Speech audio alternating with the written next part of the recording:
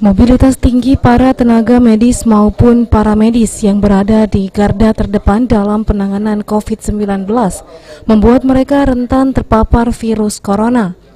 Hal ini yang mungkin menjadi penyebab penularan di kalangan tenaga medis di Sumatera Selatan cukup tinggi. Direktur Utama Rumah Sakit Umum Pusat Dr. Muhammad Husin Palembang, Dr. Bambang Eko Sunaryanto mengatakan total ada 161 tenaga medis yang terpapar COVID-19, namun baru kali ini yang meninggal akibat pandemi wabah ini. Tentu saja RSUP Dr. Muhammad Husin kehilangan para medis terbaiknya.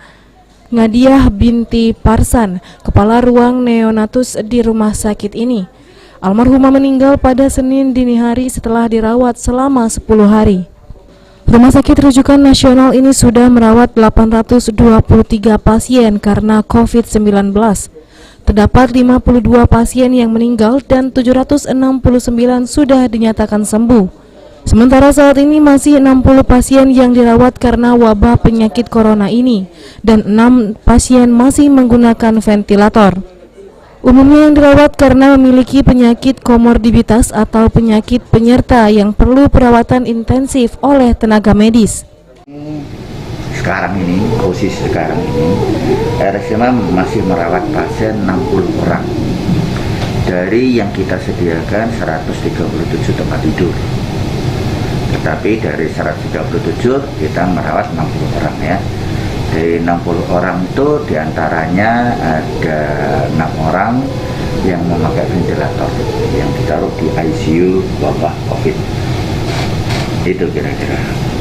Dari sekian banyak 823 orang yang sudah pernah dirawat inap di RSUMH,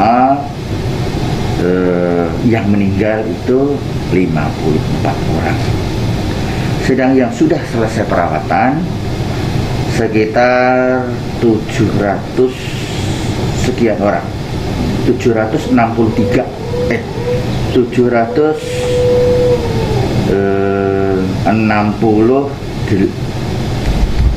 orang, 769 orang yang sudah sembuh.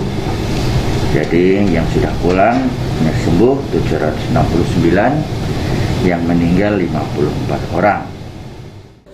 Di masa normal baru, pelayanan di Rumah Sakit Rujukan Nasional ini mulai berangsur normal setelah sebelumnya sempat turun 50% baik untuk rawat jalan, rawat inap maupun UGD.